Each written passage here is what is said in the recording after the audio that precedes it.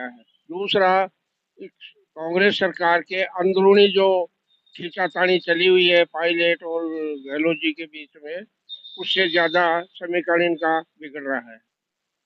आपके गांव से भी कैंडिडेट खड़े हुए हैं, आप कांग्रेस जिता रहे हो, क्या चक्कर है ये? अब साहब क्या जो ठीक जो कौन बोल रहा है, पूर्ण साहब बोल रहा था भाई, हाथ कुछ नहीं, एक टाइम नहीं लगा इसमें। फिर आप बीजेपी को वोट क्यों कर रहे हो? हम पहुंचे हैं ज्ञानपुरा बस स्टैंड पर। यहाँ पर कुछ बुजुर्ग बैठे हैं, उनसे चुनावी समीकरण के बारे में जानेंगे कि चुनावी समीकरण कैसा क्या है ना। कैप्टन पूरन सिंह।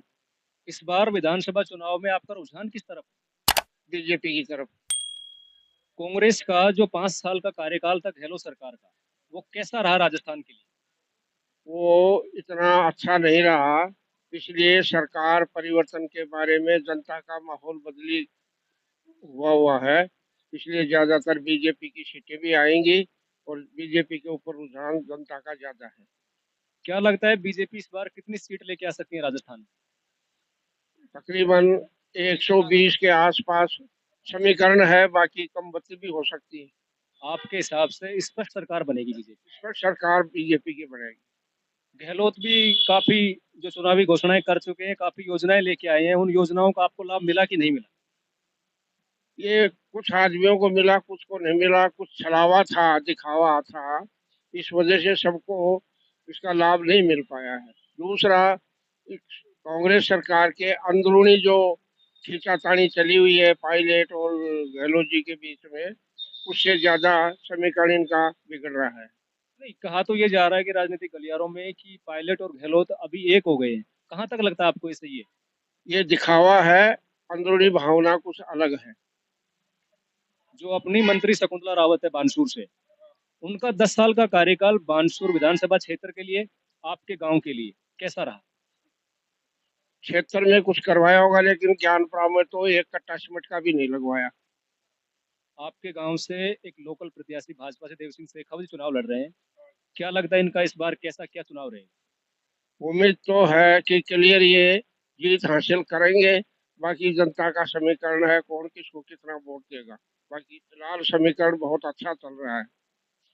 ये भी कहा जा रहा है कि जो डॉक्टर रोहिताश कुमार शर्मा है, वो भाजपा के वोट काट रहे हैं। ये बात कहाँ तक सही? वो अकेली भाजपा के नहीं काट रहा, क्योंकि चंद्रशेखर जी का जो टिकट लेकर आए हैं ना, उसमें एससी वाले ज्यादा समीकरण में रोहतास जी के हैं और बीजेपी वाले भी हैं। तो ये नुकसान दोनों ही सीटों को पहुंचा रहा है, भाजपा को भी और कांग्रेस को भी। हाँ जी, आपका नाम?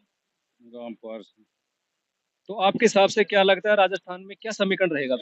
अब पतो नहीं साहब, में गारंटी पत्ती क्या मान की था किस में कर वो आपको भी कुछ लग रहा होगा। है। समीकरण तो सरकार पे और तो कहीं क्या होगा ना, नहीं कांग्रेस क्या हो ना बीजेपी क्या हो। गठबंधन की सरकार बनेगी। सरकार और बानसूर विधानसभा क्षेत्र में क्या रहेगा? 500 विधान से पर साहिब तो तीन कैंडिडेट बराबर चल रहे हैं, सब आगे के रहे। आपके गांव से देवी सिंह शेखावत जी हैं, इनका क्या लग रहा है आपको? ठीक चल रही तो तीन मांग समीकरण बढ़िया चल रही, बराबर ही चल रही है। महेश। आपको क्या लग रहा है कि कौन जीत रहा है इस बार? कांग्रेस जीतेगी। आपके गांव से भी कैंडिडेट खड़े हुए हैं, आप कांग्रेस जिता रहे हो, क्या चक्कर है ये? हमारा गांव से कोई भी ना। आपका गांव कौन सा है? डूंगर तलो से। तो आप इस बार मतदान किसको कर? कांग्रेस। गहलोत का जो 5 साल का कार्यकाल था राजस्थान के लिए कैसा रहा? बढ़िया रही है, बढ़िया।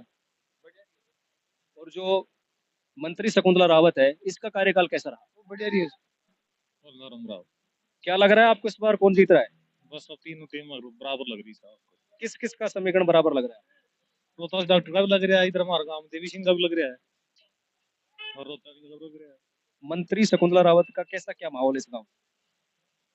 अब माहौल तो जब आप छोड़ा है तो पता चला ना कैसा माहौल है। आपका दिल भी कुछ कह रहा होगा कि भाई कैसा क्या समीकरण हो सकता है। ना कुछ नहीं कह सकता। देवी सिंह को भी पिछली बार भी सेकंड आया था, तो हो सकता है अब कोई हार सकती है, वो जीत सकता था।